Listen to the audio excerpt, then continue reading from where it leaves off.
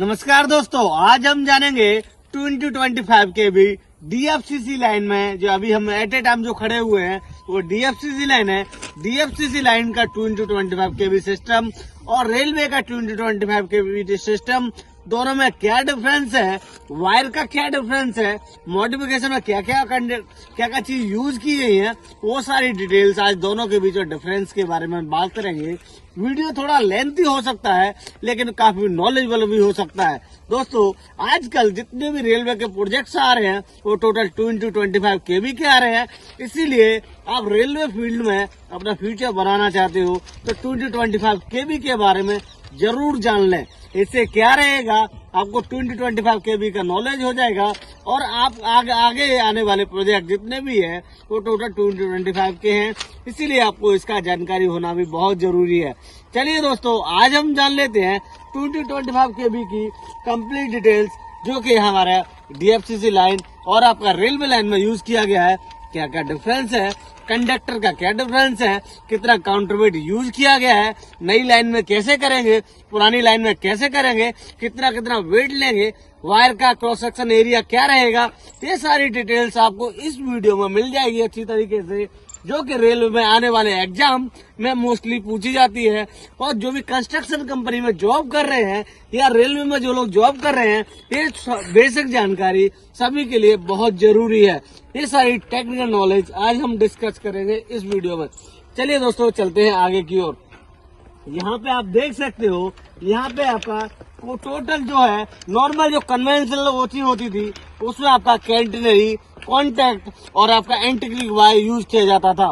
पर लेकिन 2025 केवी में क्या है आपका, 2025 केवी में आपका देखिए, आपको यहाँ पे आपको 4 वायर दिख रहे होंगे। यहाँ देखिए, आपको एक आपका कैंडरी वायर है, एक आपका कॉन्टैक्ट वायर है, और आपका एक एसी है, और आपका फीडर है, और नीचे आपका बीसी की जगह बॉन्ड दिया गया है। ये सारी जानकारी आपको इस वीडियो में मिल जाएगी।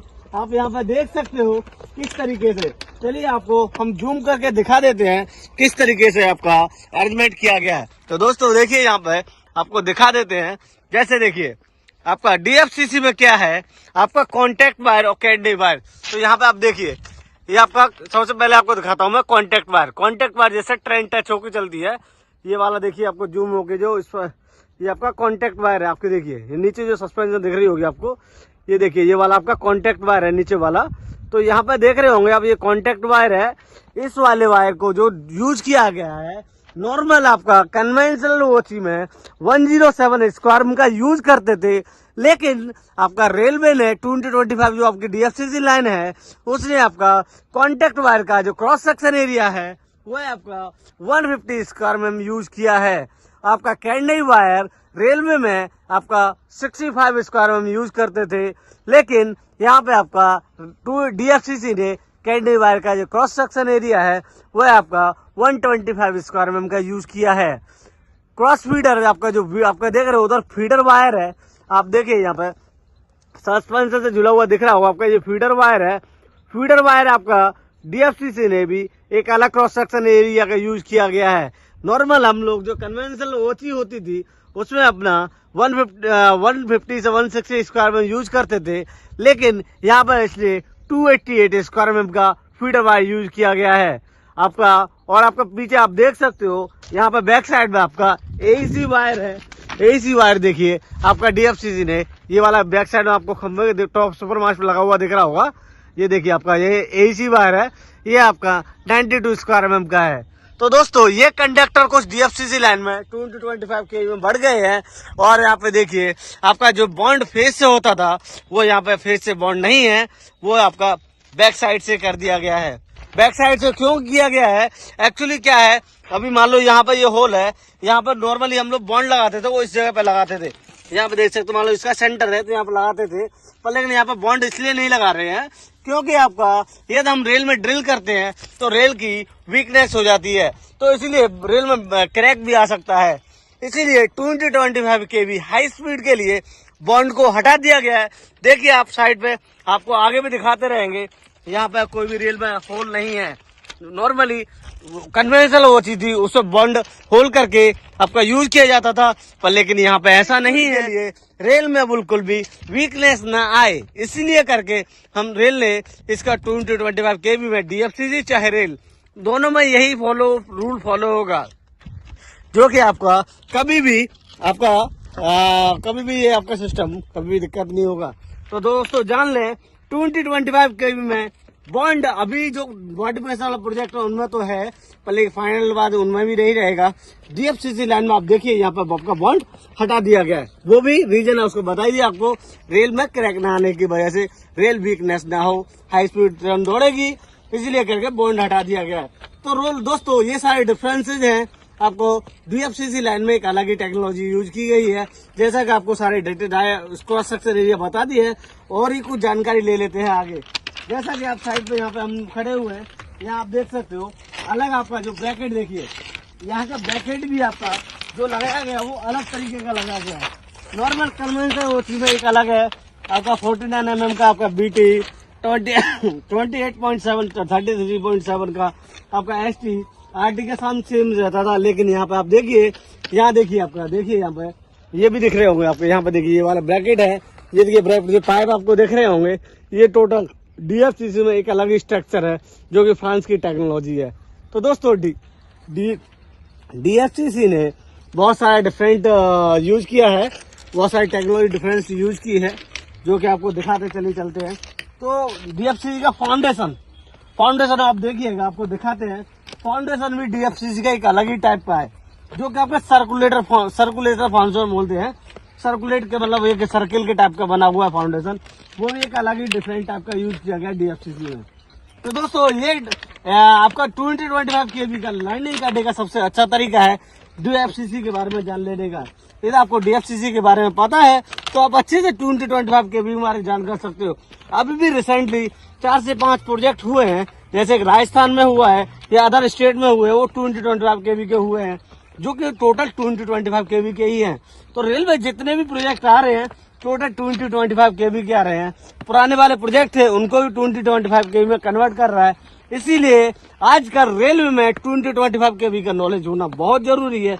यहाँ पर आप देखिए, यहाँ पर किस तरीके से आपका सर्कुलर फाउंडेशन यूज किया गया है, देखिए किस तरीके से आपका सर्कुलर फाउंडेशन है। यहाँ देखिए रेल पे भी कोई होल नहीं है, देखिए कहीं पर रेल का होल यूज नहीं किया गया है।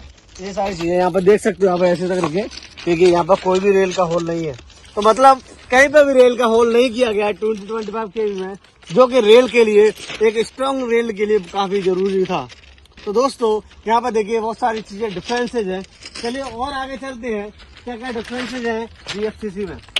आपका काउंटर वेट भी यहाँ पे एक अलग से यूज किया गया है।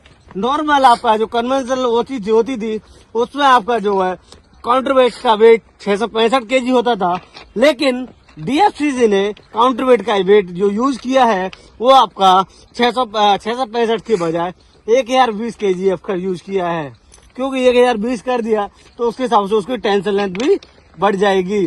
तो दोस्तों काफी टेंशन लेंथ भी ज्यादा कर सकते हो, जितनी वायर में जितनी ज्यादा टेंशन रहेगी उतना ही ट्रेन उससे हाई स्पीड में दौड़ सकता है, इसीलिए करके काउंटर वेट का वेट बढ़ा दिया गया है। ये आपको पता रहना चाहिए, बेसिक जानकारी है। चलिए दोस्तों आगे देख लेते हैं और कुछ जानकारी इसके बारे में, जहाँ पे आपको टोटल हमने सारी चीजें कवर कर ही ली हैं। अभी आपको जान लेते हैं ओवरलैप के बारे में, ओवरलैप कैसे एडजस्ट किया गया है, कनेक्शन कैसे दिया गया है, AC वायर को कैसे क्या किया गया, वो सारी चीजें जानकारी आज हम इस वीडियो में जान लेंगे। तो देखिए आपका यहाँ पे जैसा कि आपको तो देख ही लिया सारी चीजें, और यहाँ पे एक चीज और आपको बता दें, यहाँ पे देखिए सर्कुलर फाउंडेशन, सर्कुलर का आपका देखिए टोटल इसमें सरिया भी यूज की गई है DFCC ने फाउंडेशन के अंदर। रेल के अंदर क्या है, नॉर्मल फाउंडेशन में ये यूज नहीं किया गया था सरिया, पहले DFCC ने फाउंडेशन के अंदर आपका सरिया भी यूज किया गया है। और जो नॉर्मली एक दिन में काफी फाउंडेशन किए थे DFCC ने, क्योंकि उनके पास एक एजेक्स मशीन थी, उससे काफी फाउंडेशन प्रोग्रेस अच्छा निकला था, जिससे प्रोजेक्ट भी काफी फास्ट हुआ था। तो हम लोग भी अपना चाहे रेल में भी ऐसा कर सकते हैं, वो डिपेंड करता है आइडिया से, हम लोग उसको कुछ नहीं बोल सकते। तो वो सारी चीजें हैं, तो DFCC की एक हाई टेक्नोलॉजी है जो कुछ ने यूज किया है। तो दोस्तों ये सारी चीजें बेसिक 665 kg होता था, लेकिन डीएफसीसी ने काउंटर वेट का वेट जो यूज किया है वो आपका 665 के बजाय 1020 kgf का यूज किया है, क्योंकि 1020 कर दिया तो उसके हिसाब से उसकी टेंशन लेंथ भी बढ़ जाएगी। तो दोस्तों काफी टेंशन लेंथ भी ज्यादा कर सकते हो। जितनी वायर में जितनी ज्यादा टेंशन रहेगी उतना ही ट्रेन उससे हाई स्पीड में दौड़ सकता है, इसीलिए करके काउंटर वेट का वेट बढ़ा दिया गया है। ये आपको पता रहना चाहिए, बेसिक जानकारी है। चलिए दोस्तों आगे देख लेते हैं और कुछ जानकारी इसके बारे में, जहाँ पे आपको टोटल हमने सारी चीज कवर कर ही ली है। अभी आपको जान लेते हैं ओवरलैप के बारे में। ओवरलैप कैसे एडजस्ट किया गया है, कनेक्शन कैसे दिया गया है, एसी वायर को कैसे क्या किया गया, वो सारी चीज जानकारी आज हम इस वीडियो में जान लेंगे। तो देखिए आपका यहाँ पे जैसा कि आपको तो देख ही लिया सारी चीजें, और यहाँ पे एक चीज और आपको बता दें, यहाँ पे देखिए सर्कुलर फाउंडेशन, सर्कुलर का आपका देखिए टोटल इसमें सरिया भी यूज की गई है डीएफसीसी ने। फाउंडेशन के अंदर रेल के अंदर क्या है, नॉर्मल फाउंडेशन में आपका नॉर्मल फाउंडेशन में ये यूज नहीं किया गया था सरिया, पहले डीएफसीसी ने फाउंडेशन के अंदर आपका सरिया भी यूज किया गया है। और जो नॉर्मली एक दिन में काफी फाउंडेशन किए थे डीएफसीसी ने, क्योंकि उनके पास एक एजेक्स मशीन थी, उससे काफी फाउंडेशन प्रोग्रेस अच्छा निकला था, जिससे प्रोजेक्ट भी काफी फास्ट हुआ था। तो हम लोग भी अपना चाहे रेल में भी ऐसा कर सकते हैं, वो डिपेंड करता है आईडीएसओ को, हम लोग उसको कुछ नहीं बोल सकते। तो वो सारी चीजें हैं, तो डीएफसीसी की एक हाई टेक्नोलॉजी है जो कि उसने यूज किया है। तो दोस्तों ये सारी चीजें बेसिक जानकारी थी आपके 20-25 kV के बारे में। अभी आपको ले चलते हैं एंटी ग्रिप सेंटर पे। एंटी ग्रिप सेंटर कैसे अरेंजमेंट किया है, क्योंकि ये एक बेसिक जानकारी आपको रहेगी तो आप अच्छे से समझ सकते हो किस तरीके से कैसे किया गया है। अभी हम पहुंचने वाले हैं एंटी ग्रिप सेंटर पे। एंटी ग्रिप सेंटर पे किस तरीके से यूज किया गया है, तो टोटल अभी डीएफसीसी के बारे में बता रहे हैं। अभी नेक्स्ट इसी वीडियो के अंदर हम आपके डीएफसीसी के अलावा रेलवे की 20-25 kV जो प्रोजेक्ट चल रहा है उसके बारे में भी आपको जानकारी देंगे। उससे क्या रहेगा, आपको पता पड़ जाएगा कि डीएफसीसी और आपका रेलवे में क्या क्या डिफरेंसेज है, क्या क्या टेक्नोलॉजी है।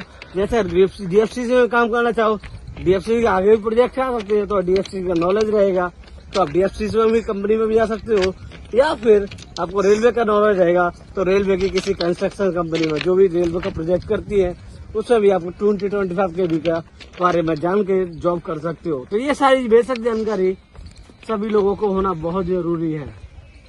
चलिए दोस्तों यहाँ हम आ चुके हैं एंटी ग्रिप सेंटर पे। आप देखिए एंटी ग्रिप सेंटर पर किस तरीके से अरेंजमेंट किया गया है। चलिए चलते हैं एंटी ग्रिप। यहाँ पे आपका देखिए, यहाँ पे आपका गैरोड दिया हुआ है। देखिए आपका गैरोड, नॉर्मल गैरोड जो यूज किया गया वही वाला है, 9.70 वाला जो हम लोग रेलवे में यूज करते हैं। आपका जो 9.3 वाला मोस्टली 9.70 है, क्रिटिकल कंडीशन में 9.3 वाला है, मीटर वाला है। तो यहाँ देखिए एंटी ग्रिप का आपको देखिए यहाँ पे शॉर्ट स्टार्ट हुआ है सुपर मास्ट लगा करके।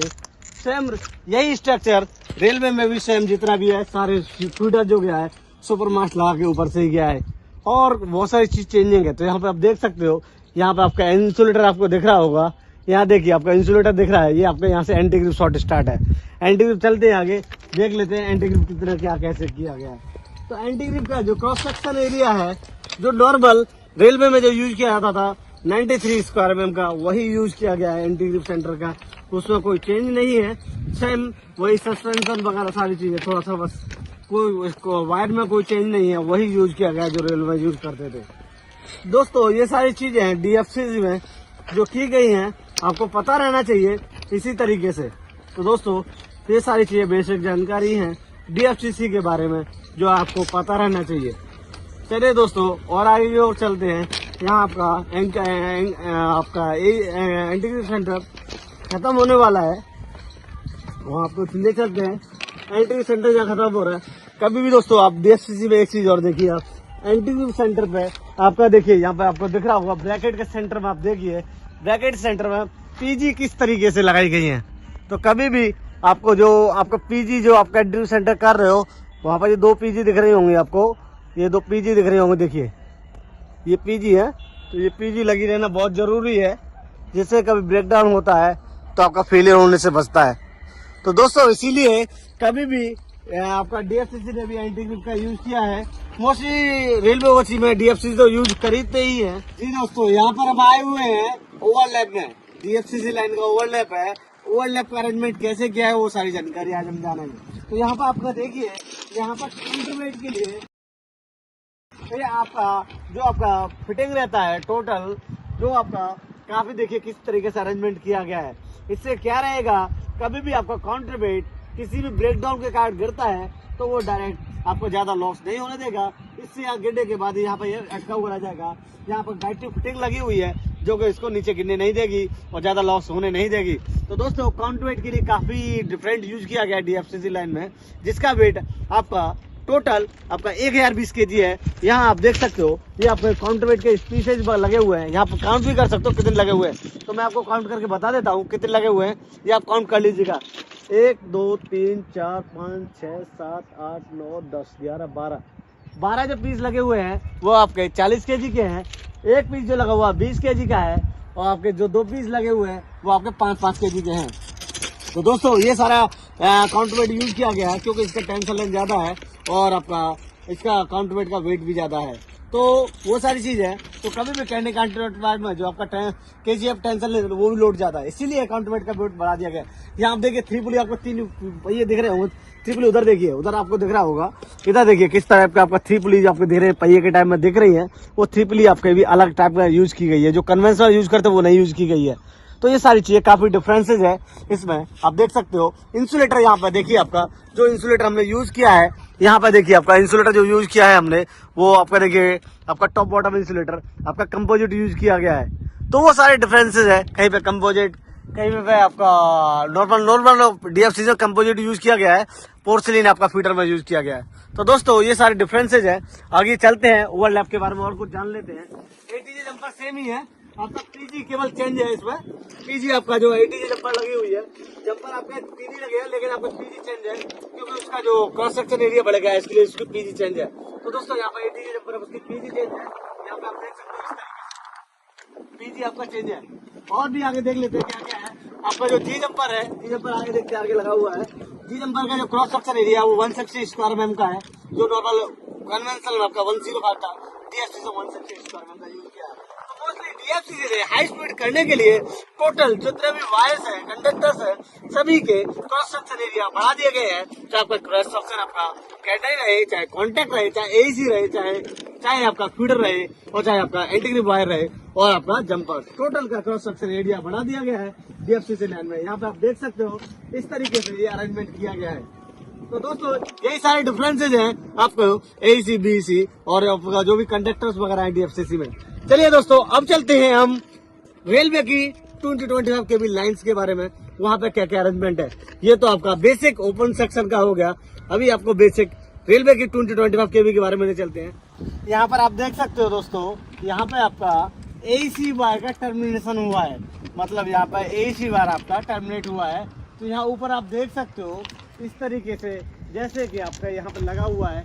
देखिए दोनों साइड में, बैक साइड में आपका लगा हुआ है, आप देख सकते हो। यहाँ पे मैं आपको एक बार दिखा देता हूँ किस तरीके से ये अरेंजमेंट किया गया है। देखिए दोस्तों यहाँ पे आपका देखिए बैक साइड में जब आपका दोनों AEC वायर है, ये देखिए आपको जूम करके दिखाता हूँ। ये देखिए आपका, ये देखिए AEC वायर किस तरीके से जब एंकर हुआ है तो आपका एक जंपरिंग किया गया है। तो PG वगैरह इसका टोटल PG नई टाइप की PG लगी हुई है। तो यहाँ पर आप देखिए किस टाइप की PG लगी हुई है और कैसे इसका अर्थिंग किया गया है। तो कभी भी 2025 kV में AEC में जहाँ पर आपका शॉर्ट टर्मिनेट हो रहा होगा या शॉर्ट स्टार्ट हो रहा होगा, वहाँ पे आपका कभी भी आपका जो भी कनेक्शन इस तरीके से किया जाएगा, एक दूसरे को कनेक्टिविटी दी जाएगी। और कभी भी जहाँ पे भी आपका AEC या फीडर वायर रहेगा वहाँ पर बैक टू बैक एंकर रहेगा। आप देख सकते हैं यहाँ पर बैक टू बैक एंकर है। तो ये सेम फीडर में भी सेम ऐसा है, स्टैंड कैम के थ्रू इसको टर्मिनेट किया गया है सेम इस तरीके। चलिए आपको फीडर का भी दिखा देते हैं, फीडर का जहाँ शॉर्ट एंड हो रहा है वो किस तरीके से टर्मिनेट शॉर्ट किया गया है। तो वो सारी चीज़ें आप देख सकते हो यहाँ पे अप एंड डाउन में सेम ऐसे किया गया है। तो ये अरेंजमेंट है इसका AEC वायर का। कभी भी टर्मिनेशन होना है तो आपका वहाँ पर बैक टू बैक एंकर होगा। एक तरफ से आपका शॉर्ट एंड हो रहा है और दूसरी तरफ से स्टार्ट हो रहा है। तो ये सारी चीज़ें हैं। सब फीडर में भी ऐसा ही है। चलिए फीडर में भी आपको दिखा देते हैं। चलिए चलते हैं फीडर की ओर। यहाँ हम आए हुए हैं फीडर लोकेशन की ओर, जहाँ फीडर वायर आपका टर्मिनेट हो रहा है। तो दोस्तों कभी भी 2025 kV में आपका फीडर वायर जो रहेगा वो डायरेक्ट जैसे सुपर मास्ट के ऊपर गया है, ऊपर सबसे ऊपर देखिए, सबसे टॉप में देखिए वहाँ पर गया हुआ है, डायरेक्ट उसको एंकर नहीं कर सकते। तो कभी भी जब फीडर वायर आपका टर्मिनेट होगा तो 3 स्टेप में होगा। जो पहला वाला सुपर मास्ट, जैसे आप 3 लोकेशन पहले खड़े हुए हैं तो 3 लोकेशन पहले ग्रेडियंट को हिसाब से डायरेक्ट टर्मिनेट नहीं कर सकते। सबसे पहले 3.30 वाला है, 3 मीटर से ऊपर जो रहता है आपका लॉन्ग सुपर मास्ट, पहले वो वाला यूज़ किया जाएगा। यहाँ पर लॉन्ग सुपर मास्ट यूज़ किया गया है। कभी भी आप देखिएगा तो आपका जब भी 20-25 केवी में आपका जब फीडर टर्मिनेट होगा तो आपका 3 स्टेप में करना पड़ेगा। जैसे आपका पहला वाला लॉन्ग सुपर मास्ट, उसके बाद मीडियम सुपर मास्ट, फिर उसके बाद आपका स्मॉल सुपर मास्ट। तो दोस्तों यहाँ पे आपका लॉन्ग सुपर मास्ट है इस वाले खंबे पे। यहाँ लॉन्ग सुपर मास्ट के बाद आपका यहाँ देखिएगा, यहाँ आपका ये वाला देखिए, ये वाला लॉन्ग सुपर मास्ट, फिर उसके बाद आपका मीडियम सुपर मास्ट इस वाले खंबे पे। चलिए ले चलते हैं आपको, वहाँ आपको पता पड़ जाएगा। तो कभी भी 20-25 केवी में एक बहुत टेक्निकल चीज़ है जो लोगों को नहीं पता रहती है। तो 20-25 केवी में कभी भी आपको फीडर टर्मिनेट करना हो तो 3 स्टेप में करना पड़ेगा। जैसे आपका पहला वाला लॉन्ग सुपर मास्ट, दूसरा वाला मीडियम सुपर मास्ट, उसके बाद शॉर्ट सुपर मास्ट। तो दोस्तों जैसे हम पहुँच चुके हैं, यहाँ पे आपका मीडियम सुपर मास्ट लगा हुआ है, ठीक है, जिसकी 2.5 मीटर के समथिंग लेंथ रहती है। तीसरा वाला आपका स्मॉल सुपर मास्ट है, जिसकी 1.5 मीटर के आसपास कुछ हाइट रहती है। तो दोस्तों यहाँ पे आपका मीडियम सुपर, आपका शॉर्ट सुपर मास्ट है, जिसे स्मॉल सुपर मास्ट भी बोलते हैं। तो दोस्तों आपको बता दें, कभी भी जब फीडर टर्मिनेट होगा तो आपको इसी तरीके से फीडर टर्मिनेट करना है, क्योंकि 20-25 के में ये काफ़ी टेक्निकल चीज़ है जो लोगों को पता नहीं रहती है। और आपको एक काफ़ी अच्छी जानकारी दे दें, कभी भी जैसे आप यहाँ पर आपको पहले दिखा देते हैं, उसके बाद एक काफ़ी इम्पोर्टेंट जानकारी है जो लोगों को मोस्टली पता नहीं रहती है। 20-25 केवी में बहुत सारे डिफरेंसेस है जो आपको सारी चीज़ आपको पता रहना चाहिए। तो यहाँ पे आप देख सकते हो इस तरीके से क्या सिस्टम कैसे बनाया हुआ है। चलिए आगे चलते हैं, बहुत अच्छी तरीके से कैसा क्या सिस्टम है यहाँ पे आपको चलते हैं। तो दोस्तों यहाँ पर हम आए हुए हैं आपका जहाँ फीडर वायर टर्मिनेट हो रहा है। तो आपको बता ही दिया है सुपर मास्ट किस तरीके से आपका टर्मिनेट करना है। जहाँ पर भी टर्मिनेट होगा वहाँ पर बैक टू बैक एंकर रहेगा और उसका जो कनेक्शन रहेगा वो किस तरीके से, आप देखिए यहाँ पर बैक साइड से आपको दिखा देता हूँ। यहाँ आ जाइए, आपको दिखा देता हूँ बैक साइड से कैसे है। यहाँ देखिए, जब भी आपका सुपर मास्ट का कनेक्शन रहेगा, जब भी आपका फीडर वायर यहाँ फीडर वायर, यहाँ आपको देखिए ये आपका फीडर वायर है, तो बैक साइड में एक चैनल लगा करके देखिए, यहाँ पर चैनल लगा करके जिससे कि मास्ट में करंट ना आए, इंडक्शन ना आए, इसलिए उसको पोस्ट इंसुलेटर पे, यहाँ पर देखिए पोस्ट इंसुलेटर है, ये पोस्ट इंसुलेटर पे उसको जाम कर दिया गया जिससे कि वो मूवमेंट ना करे और आपका इस तरीके से कनेक्शन दिया गया है। तो दोस्तों कभी भी जब भी आपका फीडर में टर्मिनेट होगा तो उसका कनेक्शन इस तरीके से देना पड़ेगा। तो आपको पता रहना चाहिए 20-25 में ये सारी चीज़ें हैं। तो दोस्तों ये काफ़ी इंपॉर्टेंट जानकारी है जो लोगों को पता नहीं रहती है। तो आई थिंक 20-25 केवी में सारी चीज़ें हमने कवर कर ली है। AC बार को टर्मिनेट कैसे करना है, बीज आपका बाउंड का कैसे सिस्टम है, कैसे वो सारी चीज़ें। तो दोस्तों कभी भी ध्यान रखें, ये सारी चीज़ें आपको पता रहना चाहिए अच्छी तरीके से कैसे क्या चलता है। तो दोस्तों यहाँ पे आपका फीडर वायर का कंप्लीट हो गया। दोस्तों 20-25 केवी में एक बहुत बड़ा डिफरेंस है जो आपको पता रहना चाहिए। जहाँ आपका फीडर वायर है तो याद रखें, जो 20-25 केवी है वो आपका उसके अंदर 50,000 वोल्टेज रहता है और 1x25 में 25,000 वोल्टेज रहते हैं। यही डिफरेंस है। 50,000 वोल्टेज कैसे रहते हैं, आपका यहाँ पे देखिए पैरेलल रन चल रहा है। यहाँ देखिए पूरी साइड से आपका पैरेलल पूरा गया, आपका फीडर सब जगह से पूरा फीडर गया है, AC बार गया है, आपका नीचे बाउंड या आपका रेलवे ने आपका AC यूज़ की, BC बार यूज़ किया वो गया है, वो सारी चीज़ें हैं। तो ये आपको पता रहना चाहिए अच्छी तरीके से। और आपका जो 20-25 के 50,000 वोल्टेज है, 25,000 वोल्टेज आपको फीडर के अंदर रहेगा। -25 के भी जो बोल सकते हैं, आपका रेल जो फीडर के अंदर रहेगा वो माइनस का फेस रहेगा, -25 के भी। और आपका रेलवे के जो वायर्स रहेंगे कैटाई कॉन्टैक्ट, उसके अंदर आपका +25 के भी वोल्ट रहेगा, 25,000 वोल्टेज। तो दोस्तों दोनों को मिला के 25,000 वोल्टेज है। यही डिफरेंस है 1x25, 2x25 के में डिफरेंस। आपका 1x25 25,000 वोल्टेज, 2x25 के 50,000 वोल्टेज। आपका माइनस में फीडर में माइनस का 25 kV वोल्टेज रहेगा और आपका क्वाड्री कॉन्टैक्ट में प्लस का फेस रहेगा। ये भी काफी इंपॉर्टेंट क्वेश्चन है जो आपको पता रहना चाहिए। तो दोस्तों ये सारी जानकारी है, अब आपको बता देते हैं ये टोटल स्ट्रक्चर DFCC का है जो DFCC ने यूज किया है। अभी तक हम डिस्कस किए थे DFCC के बारे में, अब थोड़ा सा डिस्कस कर लेते हैं आपका इंडियन रेलवे के बारे में, इंडियन रेलवे ने क्या किया है। तो पहले बात करते हैं इंडियन रेलवे मोस्टली अभी क्या कर रहा है, मॉडिफिकेशन यूज कर रहा है। तो मॉडिफिकेशन में जो आपका सेम आपका यहीं पे बैक साइड में जैसे इसमें बॉन्ड यूज किया गया है, यहाँ आपका देखिए इस तरीके से यहाँ पे खंबे के पीछे बॉन्ड यूज किया गया है। देखिए आपका खंबे के पीछे आप देख सकते हैं यहाँ बॉन्ड यूज किया गया है, यहाँ बॉन्ड यूज किया गया है, पर लेकिन रेलवे ने यहाँ पर 20 बार यूज किया है। आप ध्यान रखें मॉडिफिकेशन में 20 बार का जो क्रॉस सेक्शन एरिया है वो आपका 238 स्क्वायर mm है। याद रखें, ये आपको पता रहना चाहिए।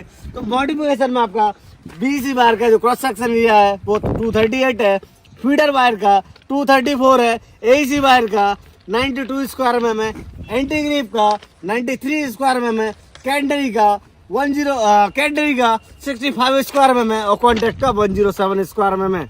ये सारे हैं आपके मॉडिफिकेशन वाले में। रेलवे की 2 गाइडलाइंस है और आपका सुपर मास्ट आपके खंबे के ऊपर ही रहेगा।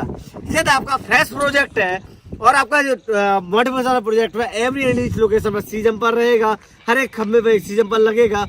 आपका जी जंपर का cross section area 160 square mm रहेगा। ये सारी चीजें बेसिक है वह मॉडिफिकेशन वाले प्रोजेक्ट में। और आपका आइसोलेटर का बसवार बढ़ा दिया गया है, सिंगल पोल की जाए डबल पोल आइसोलेटर लगा दिया गया है। तो ये सारी चीजें हैं जो आपके मॉडिफिकेशन प्रोजेक्ट में की गई है। यही बात की जाएगी फ्रेश प्रोजेक्ट में। रेलवे का न्यू फ्रेश प्रोजेक्ट के लिए अलग गाइडलाइंस है, वहाँ पे कैंडी कॉन्टैक्ट का सेम सब कुछ वही है। कैंडी कॉन्टैक्ट और फीडर का स्क्वायर में डाटा बढ़ा दिया गया है। कैंडी अब जैसा रेलवे का फ्रेश प्रोजेक्ट रहेगा सॉरी वहाँ पे आपका कैंडी जो रहेगा वो 125 स्क्वायर mm का रहेगा, contact 150 square mm, feeder 288 square mm, feeder 238 आपका 20 बार 238 ही रहेगा और एंटी ग्रिप और आपका AC एंटी ग्रिप आपका 93, AC आपका 92। सेम ये सारी चीजें नए प्रोजेक्ट बनाएंगे। सुपरमास्ट खंबे के ऊपर ही सुपरमास्ट जाएगा। तो दोस्तों ये सब जानकारी थी जो आपको बताना जरूर था। चलिए दोस्तों आज के लिए बस इतना ही रखेंगे। वीडियो लास्ट तक देखने के थैंक यू सो मच। मिलते हैं बहुत जल्दी एक नई नॉलेज एक नई जानकारी के साथ। Thank you so much for watching the video till and thank you. दोस्तों 2025 kV में डबल पोल आइसोलेटर यूज किया जा रहा है। वो क्यों यूज किया जा रहा है? एक्चुअली क्या है, फीडर में आपका माइनस का 25 kV वोल्टेज रहेगा और आपका फीडर के अलावा आपका जो रेलवे वो चीज़ है उसमें 25,000 वोल्टेज रहेगा। वो उसमें दोनों का फीडर बैलेंस अलग अलग करने के लिए डबल पोल आइसोलेटर यूज किया जा रहा है। एक साइड में आपका फीडर का कनेक्शन रहेगा, दूसरी साइड में वो चीज़ कनेक्शन रहेगा। दोनों को बैलेंस करने के लिए आपका अलग अलग कनेक्शन देने पड़ेंगे, इसलिए डबल पोल आइसोलेटर यूज किया जा रहा है। तो 2025 में ये सारा डिफरेंसेज है। दूसरी बात आपको बता दें 2025 के में एवरी 450 मीटर के बीच में आपका एक अर्थ इलेक्ट्रोड रोड यूज की जाएगी जो कि आपको कनेक्शन के लिए आपको 20 बार को कनेक्ट करेगी। तो ये सारा सिस्टम है 2025 के में जो आपको पता रहना चाहिए। चलिए दोस्तों थैंक यू।